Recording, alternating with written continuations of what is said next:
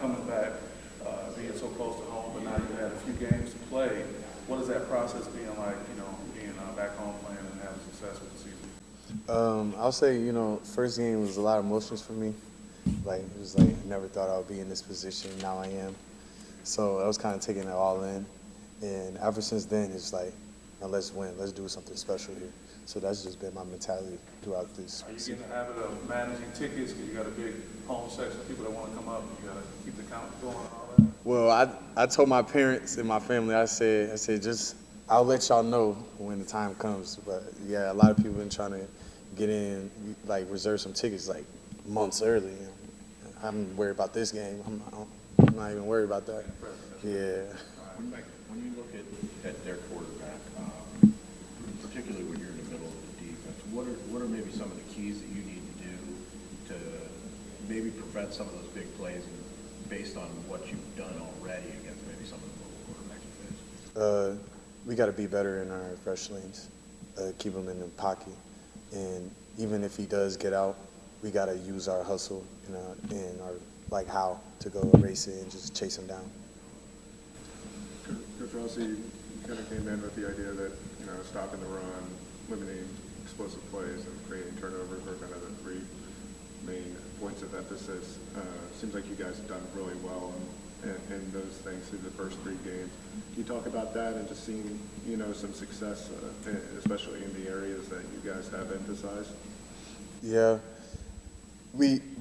I say we got better each week, but we don't want to, it's week 3, we don't want to be our best at week 3. We want to be our best at the end. So we're always looking at ways to improve in every category. No matter how good we did one week or how bad, we're always looking to improve. So by the end, we can actually say we did this. The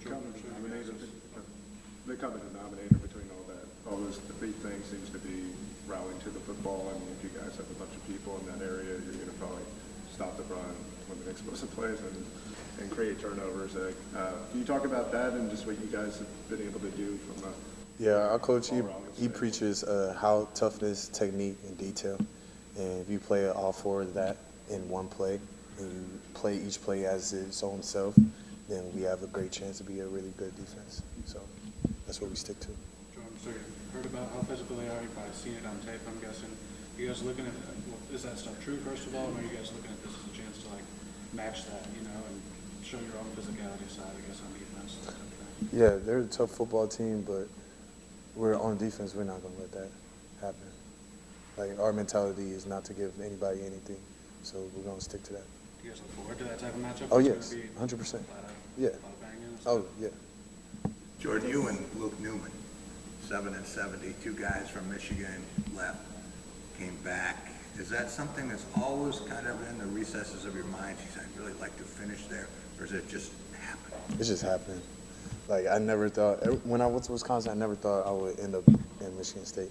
So God has a plan for everybody, and I feel like he put everybody on this team together for a reason. When's the first time it dawned on you that this could be a reality? Ending my season last year, I was realizing, I'm not feeling it over here. And I felt like it was time to go home. When you look back to week 1, the FAU quarterback, what similarities does he have? And when you had to prepare for a guy like that, how much do you build that into your preparation for a guy like BC's quarterback? I mean, it's the same thing, but Thomas, he's more experienced. He's proven that he's done a lot, and the FAU quarterback, he was moved, but this guy, he's 5'8" doing this, so he can spin out of stuff. So it's just have never assume that somebody's gonna have him down, because who knows what's gonna happen. So just keep playing till the whistle's done. Is there a difference to maybe in the smoke to find a small quarterback like that can move, or is it just more like a running back at that point? It depends on the OC how he wants to use him. But, if you got one that can move like that, then I guess that's a plus. I meant for you guys on the defensive side, where you're trying to look. You got the offensive line and everything else. You're trying to find this guy. Where is he? Rush lanes. We're gonna find him. We have great eyes. Just have your eyes in the right spots. You guy like Sam, who's been a walk-on here for 5 years, you know, John has talked about the leadership he brings. I guess, from your perspective, the guys showing up not on scholarship, every day still at it. What's, you know, just what you've seen from him since January? He just puts his head down and work. You know, a lawyer. He's being a lawyer while a football player and have a scholarship. Man, he just put his head down and work. Like, and he's just here for Michigan State. You know what I'm saying? Like, he'll do whatever. Like, you see it on the game last week. We needed a snapper. He went out and snapped the ball for a field goal or extra point. So I love people like that. And also, I just love that he's in my room because now, like, he's a smart, you know, y'all know, he's smart. So me and him, we always try to beat Coach Rossi the way he's trying to say and play jokes off of it or whatever. So, like, me and him, I just like banging ideas off of him because he knows a lot of stuff. And also, like, he helps the younger guys know how college football is. So I just love him, you know, being in our room. When it comes to penalties, a lot of your coaches have said, like, it's peer-to-peer, like reinforcement or peer pressure or whatever. Like, you guys are trying to hold yourselves accountable. At least as a captain, I'm just wondering how that's going, what that's like. You know, what are those conversations like? Just how are you guys internally trying to address the penalty situation? Basically? Yeah, it's unacceptable. I mean, like, we're not trying to dial down our aggression or like how fast we're playing. It's just we just got to be smart around certain situations, and it's not going to get us until it get us. Like, first 3 games, we got double-digit penalties, like, and we still won. But when you go against a great team and you still having those double digits, it's going to get you because them people are not going to have as many penalties or setbacks that we're enforcing. So How do you guys police that amongst the team type of thing? Or just focus. How's that? Okay. Focus. With him taking off and running like he does, I mean, I would imagine there's a lot of talk this week about slides, late slides, all those things from the first week. Is that something that the coaches are trying to reinstill in you, or are you guys reinstilling each other at this point? We talked about it. He's not really a late slider. He will go out or he will slide when he felt like he got enough. So, but it's still like be smart. You know what I'm saying? Like, just realize that he's going down and don't hit him. Did you guys know that about FAU's guy beforehand, or were you like learning that in real time how late he was doing that stuff? Like, We knew he was a late slide, but you know, this is our first time playing somebody like that. Like, he running at you, then he just like drops. So, and it's game 1. Everybody excited. We trying to hit. So we gotta be smart now.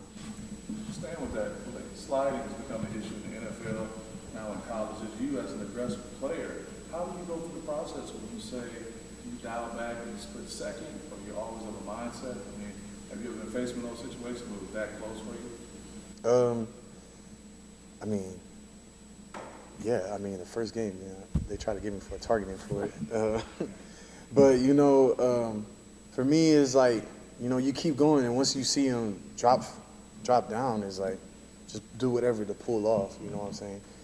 But I feel like late slides is more dangerous for him because we come at full speed, and if you're asking people to go away, and he's right here, and we come from full speed, like, you know, you're asking us to, you know, make a quick decision in such a small amount of time. But it doesn't make you play timid, though. No, never. I mean, if it happens, it happens, but we'll always practice it not for it to happen. Would you like to see that rule change, not this year, but at some point? Oh, yeah. I mean, as you've seen it, like, I think Maryland's first game, he got his helmet taken off. The first week, every quarterback got his head taken off because of late slides, you know. So it's like y'all want to keep seeing them doing that, or y'all going to do something about it? So. What should they do? What can they change it? I'm not a rules guy, but I'll just say, like, if he's sliding late, like, it shouldn't be a penalty on the defense. You know what I'm saying? Unless it's the helmet. But, like, it shouldn't be a penalty. He's changing his plane here now. Yeah. You know, because 2 or 3 years ago, when Kenny Pickett, he did a fake slide. So they pulled everybody off, and now people are just running and sliding and dropping late. So it's like, you know.